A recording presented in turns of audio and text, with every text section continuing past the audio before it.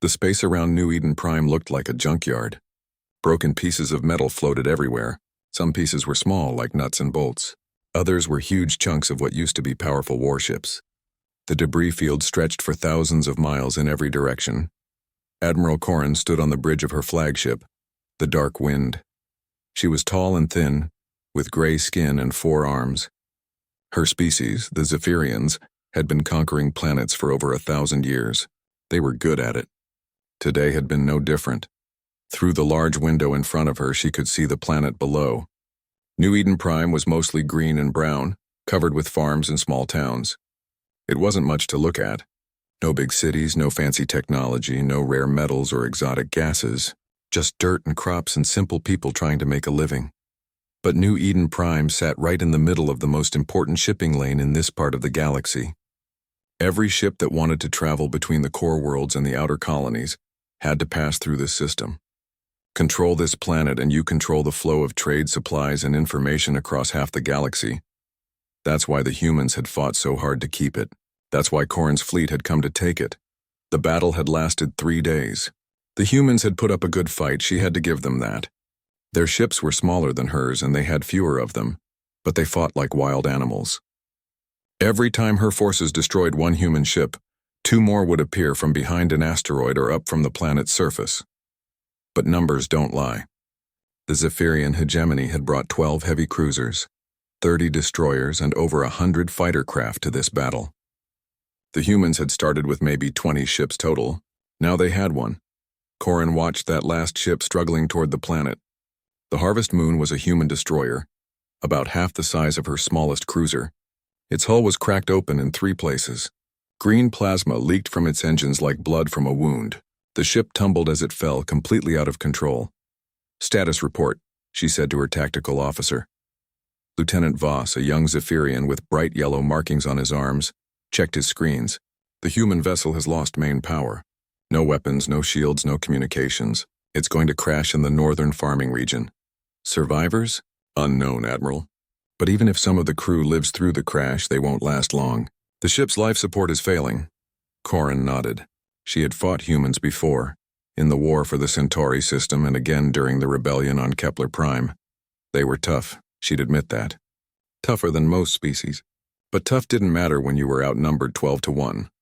She turned to her communications officer. "Send word to all ship captains. Maintain position. Orbital bombardment begins at sunrise. Target all population centers and military installations." "Yes, Admiral." The plan was simple and brutal. Tomorrow morning, her ships would rain fire down on New Eden Prime. They would destroy the spaceports, the communication towers, the government buildings, and anything else that might help the humans organize resistance. Then her ground forces would land and take control of whatever was left. It wasn't personal. Corrin actually respected humans as fighters. But the hegemony had given her orders and she followed orders. That's how she had become an admiral. That's how the Zephyrian Empire had grown to control over 300 star systems. On her tactical display, she watched the Harvest Moon disappear into the planet's atmosphere. A few minutes later, a bright flash appeared on the surface, followed by a pillar of smoke rising into the sky. The ship had crashed in what looked like a wheat field, about 50 miles from the nearest town. "That's the end of the Terran Defense Fleet," said Lieutenant Voss.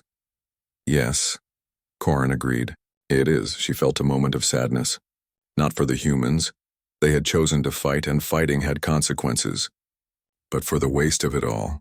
All those ships, all those lives, all that training and courage and determination gone in 3 days. The humans could have simply surrendered when her fleet arrived. They could have negotiated, maybe kept some degree of self-government in exchange for accepting hegemony rule. Instead, they had chosen to fight to the last ship.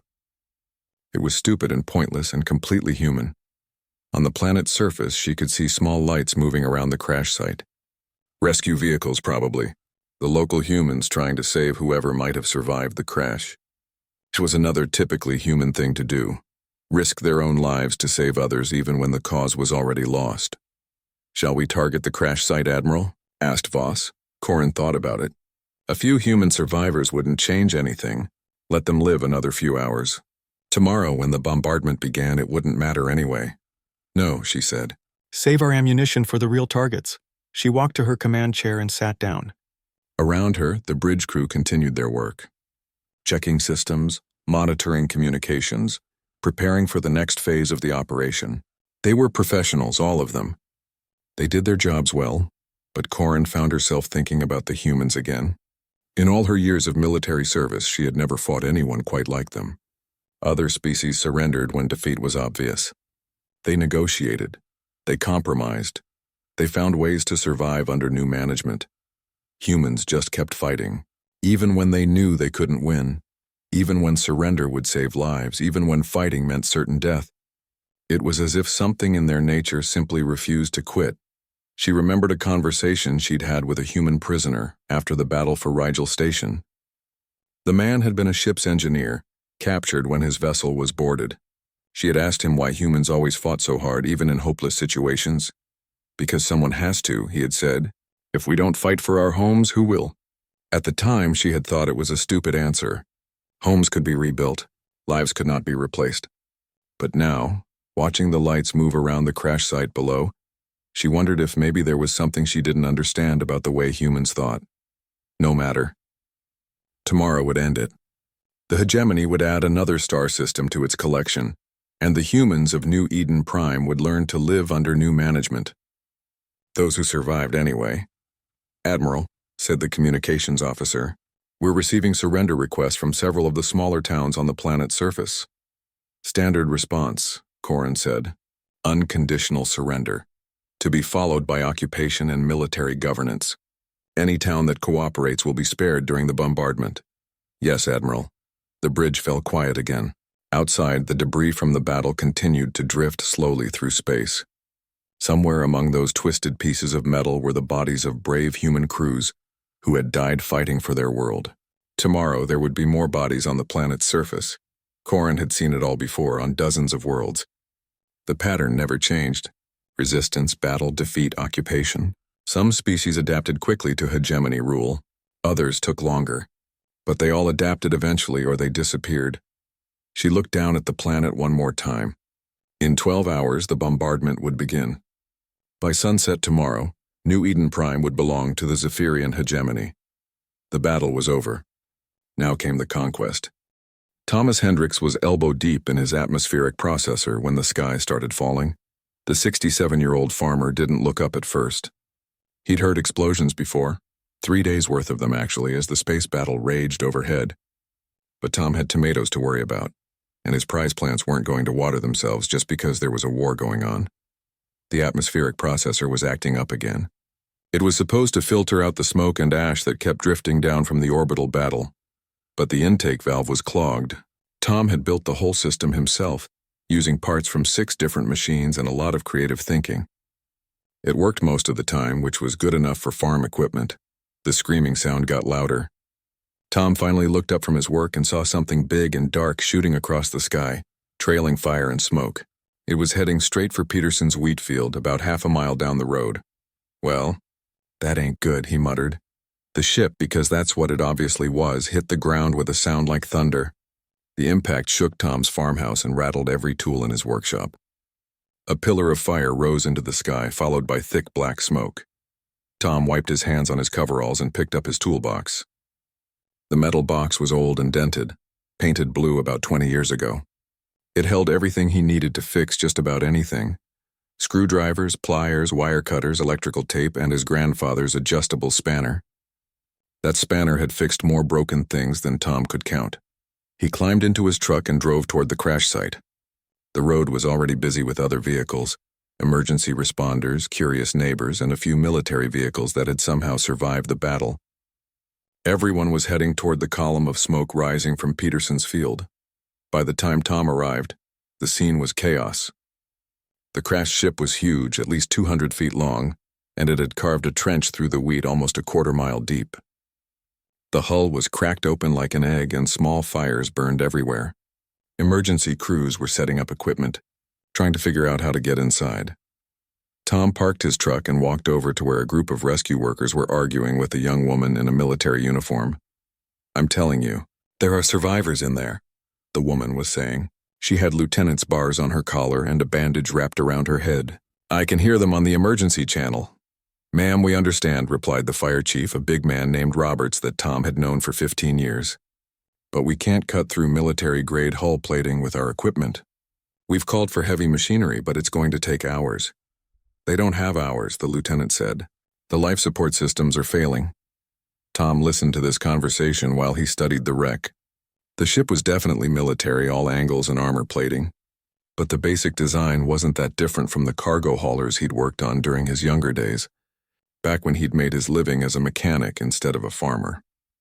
He walked around to the back of the ship, where one of the hull breaches was smallest. The metal was twisted and bent, but he could see into what looked like an engine room. More importantly, he could hear voices inside. "Excuse me," he said to Roberts. "You mind if I take a look?" The fire chief started to say something about safety and procedure, but the lieutenant interrupted him. "Are you qualified for emergency rescue?" "Well," Tom said, "I ain't qualified for much of anything, officially speaking, but I've been fixing things for 40 years, and that includes cutting holes in metal when I needed to." He opened his toolbox and pulled out a small plasma cutter. It was designed for cutting through steel pipes, but metal was metal. "This ought to do the trick." The lieutenant stared at him. "Sir, that's a military vessel. The hull is made from reinforced titanium steel composite." "Is it now?" Tom plugged the plasma cutter into a portable power pack. "Well, let's see what it's made of." The cutter sliced through the hull plating like it was butter. Tom had to admit he was a little surprised. He'd expected military armor to be tougher. But apparently, all that fancy engineering didn't help much when the metal was already twisted and cracked from the crash. Within 10 minutes, he'd cut a hole big enough for a person to crawl through. The lieutenant was the first one inside, followed by 2 paramedics. Tom squeezed in after them, carrying his toolbox. Inside the ship was a maze of collapsed walls and sparking cables. Emergency lighting cast everything in a red glow. Tom could hear voices coming from deeper in the ship, but the way was blocked by a twisted piece of bulkhead. "The main corridor is completely blocked," one of the paramedics said. "We'll have to go through the maintenance shafts." Tom studied the obstacle. It looked like a section of wall had been torn loose and wedged sideways in the corridor. But walls were just structural supports, and supports could be moved if you knew where to push. He pulled out his spanner and started whacking the twisted metal in strategic places. After a few minutes of careful hammering, the whole section shifted and fell aside, opening the corridor. "How did you know how to do that?" the lieutenant asked. Tom shrugged. "Same way you unstick a barn door. Everything's got a weak point. You just got to find it." They made their way deeper into the ship. The voices were coming from what looked like a bridge or control room. When they got there, Tom found 3 people in military uniforms working frantically at damaged control panels. One of them, a woman with captain's bars, looked up as they entered. "Thank God," she said. "We need to get a message out. The enemy fleet is still up there, and if we don't warn the other colonies, ma'am, the communication system is completely dead," said one of her crew members. The quantum entanglement chamber took a direct hit. Tom looked at the smashed equipment. It was more complex than anything he'd ever worked on, but the basic principles looked familiar. There were power cables, data lines, and what appeared to be some kind of transmitting device. "What exactly does this thing do?" he asked. The captain stared at him. "Sir, this is military equipment. It's classified." "Lady, I ain't no spy. I'm just trying to figure out if I can fix it." The captain looked at the lieutenant, who nodded. "He cut us out of the wreck. I think we can trust him." "It's a quantum communication system," the captain explained. "It uses entangled particles to send messages instantly across any distance. But the main transmitter is destroyed, and without it we can't contact anyone." Tom nodded and opened his toolbox. "Mind if I take a look?" For the next hour, Tom crawled around inside the smashed communication equipment, tracing wires and testing connections. The technology was advanced, but the basic idea was simple enough. Information went in one end and came out the other end. Just like any other communication system, the main transmitter was indeed destroyed, but the receiving equipment was mostly intact. More importantly, Tom found something the military engineers had missed: a secondary transmitter, much smaller than the main one, hidden deep in the system's guts. It was designed as a backup, probably meant for short-range emergency messages, but with a little creative rewiring. "I got an idea," Tom said, emerging from the wreckage with grease on his face and a handful of cables in his hands. "But I'm going to need some parts from my farm." The captain looked skeptical. "What kind of parts?" Tom grinned and held up his grandfather's spanner. The kind that makes everything work better. Captain Elena Vasquez had seen a lot of strange things during her 15 years in the Terran Defense Fleet.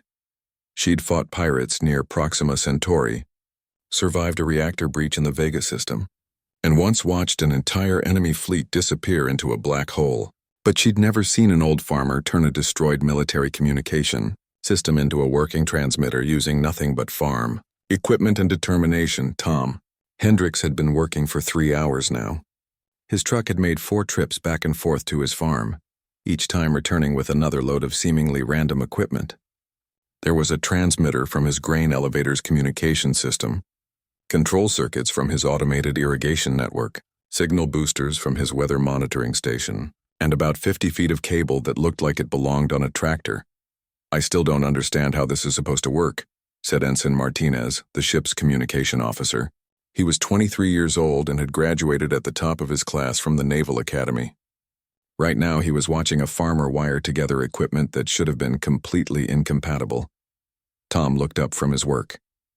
His hands were covered in grease and there were wire strippers hanging from his belt. "Well, it's like this," he said. "Your fancy quantum whatnot is designed to talk to other fancy quantum whatnots, right? The quantum entanglement communication system, yes. Right? But what if we don't want to talk to another military ship? What if we want to talk to something else entirely?" Martinez frowned. "Like what?" Tom pointed out the hole he'd cut in the ship's hull. "Like every farm in this sector." He had explained his idea to Captain Vasquez an hour ago, and she still wasn't sure she believed it would work. But at this point, she was willing to try anything. The plan was simple in concept, if not in execution. Every farm on New Eden Prime, and on dozens of other agricultural worlds, used automated systems to monitor crops, control irrigation, and manage livestock. These systems all communicated with each other, and with the central agricultural networks. The individual transmitters were weak, but there were thousands of them and they were all connected. Tom's idea was to use the ship's quantum communication system to piggyback onto the agricultural network. Instead of sending messages directly to military headquarters, they would send them through the farm network, which would relay them across the galaxy. "It's like turning every grain elevator into a communication satellite," Tom had explained. The technical challenges were enormous. Military communication systems used completely different protocols than agricultural networks. The power requirements were different. The signal formats were different. Everything was different. But Tom had been connecting incompatible systems for 40 years. His farm ran on equipment from 12 different manufacturers, built over 3 decades using 4 different operating systems. Making it all work together was just another day at the office. He had bypassed the ship's main communication protocols entirely, running cables directly from the quantum transmitter to a collection of agricultural relay units he'd assembled from his farm equipment. The relay units would translate the military signals into something the farm network could understand, then broadcast them through the agricultural communication system. "Okay," Tom said, wiping his hands on his coveralls. "I think we're ready to test this thing." Captain Vasquez sat down at what was left of her communication console. Most of the screens were dark, but Tom had managed to get one working display online. "What do I do?" "Just send a message like you normally would. The system will take care of the rest." Vasquez typed a simple test message. "This is Captain Elena Vasquez of the Terran Defense Fleet destroyer Harvest Moon. Can anyone receive this transmission?" For a moment, nothing happened. Then the single working screen began to fill with responses. "Harvest Moon, this is Admiral Chen aboard the TDF Constellation. What is your status?" "Elena, this is Colonel Ramirez on Mars. We thought you were dead." "Harvest Moon, this is the merchant vessel Lucky Strike. We're receiving you loud and clear." More messages kept coming in. Ships throughout the sector, military bases, even civilian communication centers were picking up the signal. Within minutes, Vasquez was in contact with more people than she'd ever reached from a single location. "How is this possible?" Martinez asked, staring at the flood of incoming messages. Tom scratched his chin. "Well, when you think about it, the galaxy's got thousands of agricultural worlds. Each one has thousands of farms. Each farm has dozens of automated systems. They're all connected and they're everywhere." He gestured toward his improvised relay station. "Your military networks are powerful, but they're also limited. They only connect military installations. The farm networks are weaker individually, but they're everywhere. Every settled planet, every colony, every space station that grows its own food. It's like the difference between a few big radio towers and a million small ones. Captain Vasquez was rapidly typing messages, coordinating with fleet commanders across 3 star systems. For the first time since the battle began, she had a clear picture of what was happening throughout the sector. It wasn't good news. The Zephyrian hegemony had launched simultaneous attacks on 5 different worlds. Most of the local defense fleets had been destroyed or scattered. But now, for the first time, the surviving human forces could talk to each other and coordinate their response. Admiral Chen, Vasquez typed, the enemy fleet is positioned in high orbit around New Eden Prime. 12 heavy cruisers, approximately 30 destroyers. They're preparing for orbital bombardment at sunrise. Understood, Elena. Help is on the way. Hold your position. Sir, my ship is destroyed. We're trapped on the planet's surface. Not for long. We're assembling a relief force. ETA 6 hours. Tom had moved on to the next phase of his plan. While Vasquez coordinated with the fleet, he was connecting his communication network to other systems. Weather monitoring stations could provide real-time intelligence about troop movements. Livestock tracking systems could be reprogrammed to monitor enemy positions. Irrigation control networks could coordinate defensive actions. What are you doing now? Martinez asked. Turning this whole planet into one big sensor array, Tom replied. He was connecting cables from his agricultural systems to what remained of the ship's tactical displays. Every farm has sensors to monitor weather, soil conditions, pest activity, that sort of thing. But sensors are sensors. Point them up instead of down, and they can track spacecraft movements, energy signatures, communication intercepts. The tactical display came online, showing a detailed map of the planet's surface.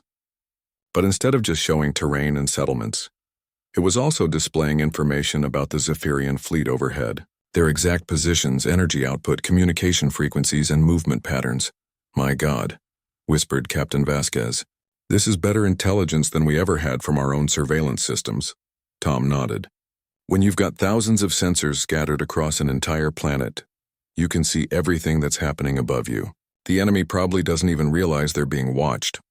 He made a final adjustment to his improvised network and stepped back to admire his work. Cables ran everywhere, connecting military equipment to agricultural systems in ways that should have been impossible. But it was working. There's one more thing, Tom said. If we can coordinate the defense of this planet through the farm network, we can probably coordinate the defense of other planets the same way. Every agricultural world in the sector could become part of the same communication and intelligence system. The implications were staggering. The Zephyrian hegemony's advantage came from their ability to coordinate large fleets and strike multiple targets simultaneously. But if the human colonies could coordinate their defenses through an invisible network that connected every farm, every weather station, every automated system on thousands of worlds, how long have you been planning this? Vasquez asked. Tom laughed. Planning? Lady, I've been making this stuff up as I go along. I just figured that if my grain elevator can talk to the feed mill, and the feed mill can talk to the transportation hub, then eventually everything's connected to everything else. You just got to know which wires to cross. He picked up his grandfather's spanner and gave one of the cable connections a gentle tap. The tactical display sharpened, showing even more detail about the enemy fleet. Besides, Tom added with a grin, it's like my granddad always said, there ain't a machine in the universe that can't be improved with the right tool and a little creative thinking. Admiral Corrin's morning coffee tasted bitter. She stood on her flagship's bridge watching the tactical display show impossible things. According to her intelligence officers, human reinforcements were somehow coordinating a complex multi-vector assault on her fleet.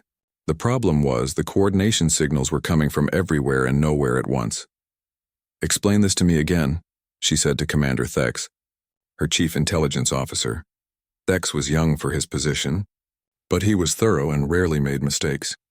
Right now he looked confused and frustrated. Admiral, the human fleet communications are being relayed through what appears to be the planet's agricultural network. Every farm, every weather station, every automated system on the surface is part of one massive communication grid. That's impossible. Yes, ma'am. But it's happening anyway. Corrin studied the displays. Her fleet was positioned in standard orbital bombardment formation, with the heavy cruisers spread in a defensive pattern around the planet. It was a formation that had worked successfully in dozens of previous campaigns. But now somehow the enemy seemed to know exactly where every ship was positioned, and they were using that information to coordinate an attack. The first human ships had dropped out of hyperspace at exactly 0600 hours, emerging from 7 different vectors simultaneously. The timing was perfect, too perfect. No commander could have coordinated such a complex assault without detailed real-time intelligence about the target. Status report, Corrin ordered. Enemy forces include elements of the Second Fleet, Martian Home Guard, and what appears to be a collection of civilian vessels that have been armed, reported her tactical officer. Total count is approximately 60 vessels of various sizes. Our forces? 12 heavy cruisers, 31 destroyers in good condition. The numbers still favored the Zephyrians, but Corrin had been in enough battles to know that numbers weren't everything. If the enemy could predict her every move, they could avoid her strengths and attack her weaknesses. Admiral, called her communications officer, we're being targeted by long-range sensors from the planet's surface. The entire hemisphere is scanning our fleet. Surface-to-space sensors. What kind of military installation has that capability? Ma'am, the signals are coming from farms, hundreds of them. Every agricultural facility on the planet appears to be participating in a coordinated surveillance effort. Corrin walked to the main display and stared down at New Eden Prime. The planet looked peaceful from orbit. Just green fields and small towns. But according to her instruments, those innocent farms were tracking her fleet's every movement. Sir, incoming transmission from the human fleet commander. Put it through. The main screen flickered, and a stern-faced human woman in a Terran Defense Fleet uniform appeared. Admiral Chen, according to the identification tag. Admiral Corrin, this is Admiral Sarah Chen of the Terran Defense Fleet. I'm offering you one chance to withdraw your forces peacefully. Corrin almost laughed. Admiral Chen, you are outnumbered 2-1. Your planetary defense fleet has been destroyed. Your position is hopeless, is it? Chen smiled. Perhaps you should check your tactical situation again. Corrin looked at her displays and felt her confidence waver. The human fleet wasn't attacking in the standard way she'd expected. Instead, they were moving in complex patterns that seemed random, but were clearly coordinated. More importantly, they seemed to know exactly where her ships would be at any given moment. Admiral, her tactical officer called out, the enemy fleet is using predictive fire control. They're shooting at positions we haven't reached yet, but their timing is perfect. That's impossible without access to our navigation computers. Yes, ma'am. On the planet's surface, Tom Hendricks sat in his workshop, sipping coffee and watching the battle unfold on a tablet, connected to his improvised network. Every few minutes, he'd make small adjustments to the signal relays, fine-tuning the data flow between the agricultural sensors and the human fleet. The concept was simple, even if the execution was complex. The farms across New Eden Prime were equipped with thousands of sensors designed to monitor weather patterns, soil conditions, and crop growth. But sensors were sensors. Point them skyward instead of groundward, and they could track spacecraft movements, energy emissions, and communication signals. More importantly, agricultural systems were designed to make predictions. They analyzed weather patterns to predict when to plant crops. They tracked soil conditions to predict when to harvest. They monitored livestock behavior to predict health problems. Tom had simply reprogrammed those prediction algorithms to analyze spaceship movements instead of crop cycles. The system could track the Zephyrian fleet's current positions and predict where they would move next, based on standard tactical procedures and the ship's observable characteristics. Captain Vasquez, her arm in a sling but still functional, sat at the improvised communication station. Tom, the Second Fleet wants to know if we can provide targeting data for long-range missiles. Sure thing, Captain. Tom made a few adjustments to his equipment. Every weather monitoring station on the planet is now a targeting sensor. The fleet should be getting real-time firing solutions on all enemy vessels. How accurate is this data? Tom grinned. Well, I can predict when it's going to rain 3 days in advance. Figuring out where a spaceship is going to be in 30 seconds ought to be a piece of cake. In orbit, Admiral Corrin watched her tactical situation deteriorate rapidly. The human fleet was using precision strikes to disable her ship's engines and weapon systems, somehow knowing exactly where to hit for maximum effect. They weren't trying to destroy her fleet, they were surgically dismantling it. Admiral, the Dark Fang reports main engine failure. The Stormwind has lost primary weapons. The Nightblade is drifting out of formation. How are they doing this? Unknown, ma'am. But the targeting data they're using has to be coming from somewhere on the planet's surface. Corrin made a decision. All ships prepare for orbital bombardment of the northern farming region. If the humans are using agricultural facilities for military intelligence, we'll remove those facilities. But even as she gave the order, she knew it wouldn't work. The human network wasn't centralized in one location.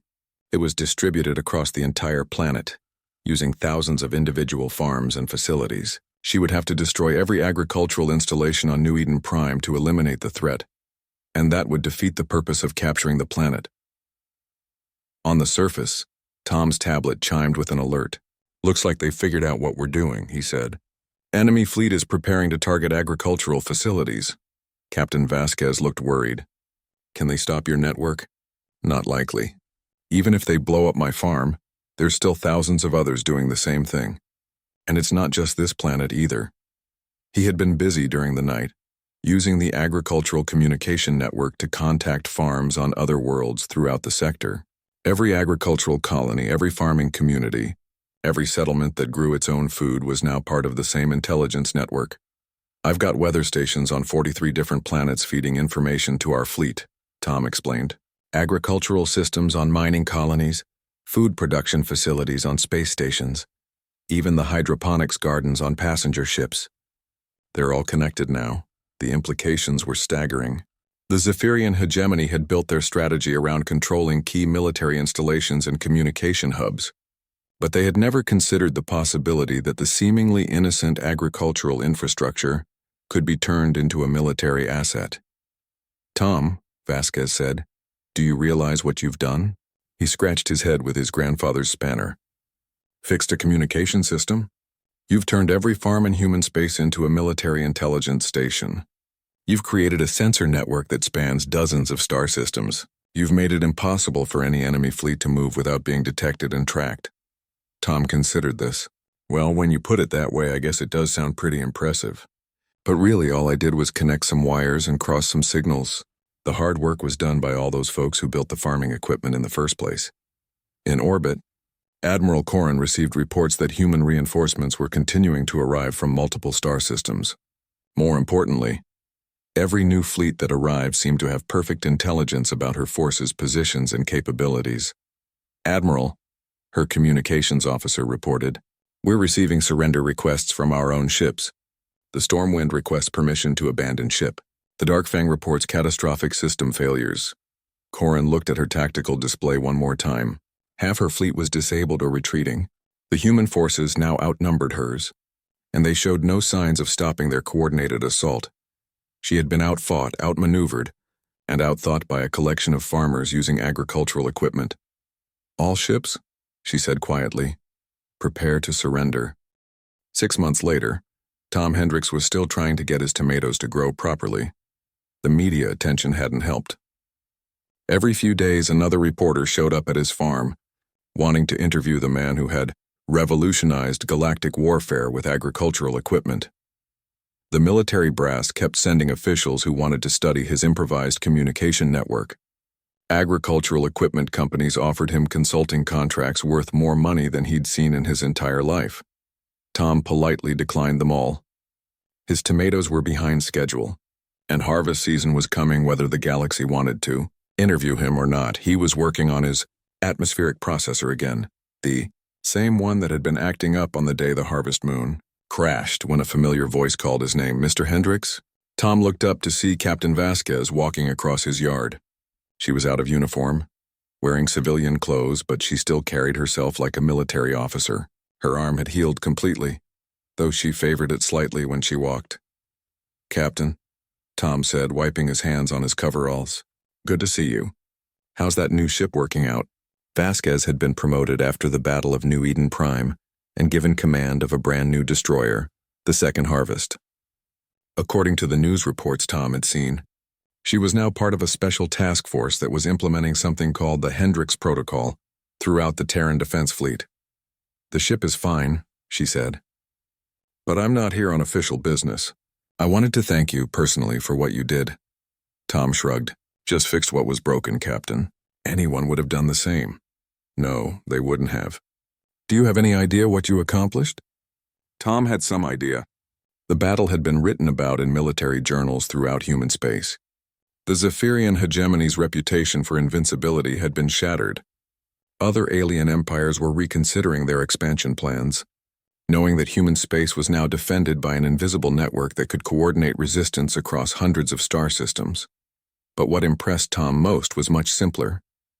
His tomatoes had survived the battle without a single plant dying from smoke inhalation. His atmospheric processor had kept working throughout the crisis, protecting his crops from the debris and pollution of the space battle overhead. I read that Admiral Corrin is doing well in that prisoner exchange program, Tom said, changing the subject. She is. She's actually been helpful in explaining Zephyrian tactics to our strategic planners. I think she's genuinely impressed by what happened here. The prisoner exchange had been part of the peace negotiations that followed the battle. The Zephyrian hegemony had agreed to withdraw from human space in exchange for the release of captured personnel and a promise that the agricultural network wouldn't be used for offensive operations. It was a promise that Tom was happy to keep. His network was designed for defense and communication, not attack. The idea of using farm equipment to hurt people didn't sit right with him. What about you, Captain? You settling into that new command? Vasquez smiled. It's different. The second harvest has a communication system based on your design. We can coordinate with agricultural networks throughout the sector. It's like having real-time intelligence on everything that happens within 50 light years. Must be nice having equipment that works when you need it to. It is. But Tom, there's something I need to tell you. The military is classifying your communication network. They're calling it the most significant strategic development in a century. Tom looked puzzled. Classifying it? What does that mean? It means they don't want potential enemies to know how it works. They're worried that if the technology becomes public knowledge, hostile forces might develop countermeasures. Countermeasures against farming equipment? Against the way you connected farming equipment to create something entirely new. Tom considered this while he worked on his atmospheric processor. The concept of classifying agricultural technology seemed strange to him. Farming was about sharing knowledge, not hiding it. The best techniques and equipment design spread naturally from farm to farm, planet to planet. Well, he said finally, I suppose they know their business, but it seems to me that the more folks who know how to connect different systems together, the better off we all are. Vasquez nodded. That's what I told them. But they're concerned about security. Security's important, Tom agreed, but so is making sure things work when you need them to. He made a final adjustment to the atmospheric processor and stepped back. The machine hummed quietly, filtering the air around his tomato plants.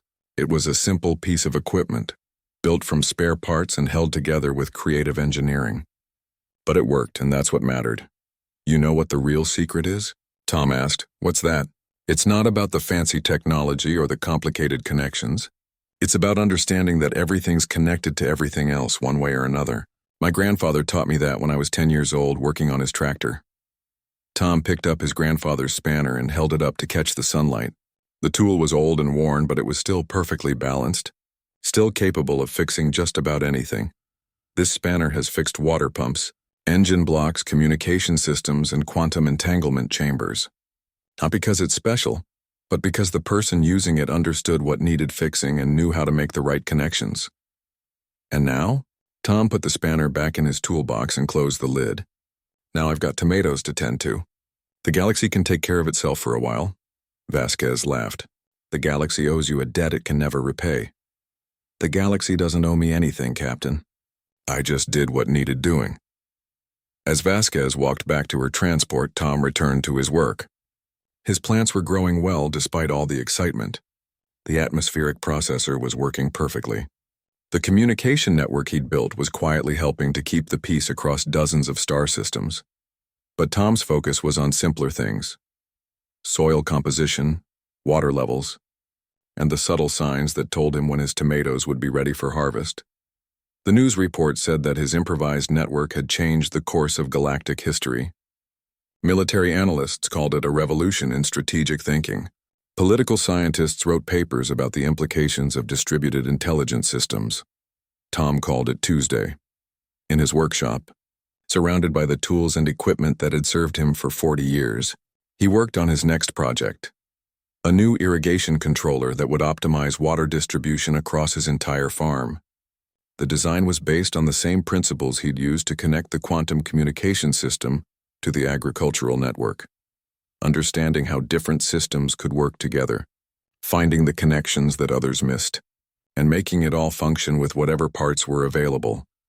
It wasn't fancy technology. It wasn't revolutionary engineering. It was just practical problem-solving, the kind that had built civilization one farm, one tool, one creative solution at a time. Outside, the sun was setting over New Eden Prime. The sky was clear, free of the smoke and debris that had marked the day of the battle. Transport ships moved peacefully across the horizon, carrying goods and passengers between the stars. Tom finished his work and put away his tools. Tomorrow there would be more problems to solve, more systems to connect, more broken things that needed fixing. But tonight he was satisfied with a job well done. His grandfather's spanner gleamed in the workshop light, ready for whatever challenge the galaxy might bring next. Because there would always be something that needed fixing, and there would always be someone willing to pick up the right tool and get to work. The galaxy was vast and complex and full of wonders. But at its heart, it ran on the same principles as any other machine. Everything connected to everything else, and with the right knowledge and the right tools, any problem could be solved. Tom turned off the workshop lights and headed toward his house, whistling an old work song. Behind him, his tools waited patiently for tomorrow's challenges, and his communication network hummed quietly in the background, helping to keep the peace between the stars. The battle was over. The harvest was coming, and somewhere in the galaxy, another farmer was probably picking up a spanner and getting ready to fix the universe, one connection at a time.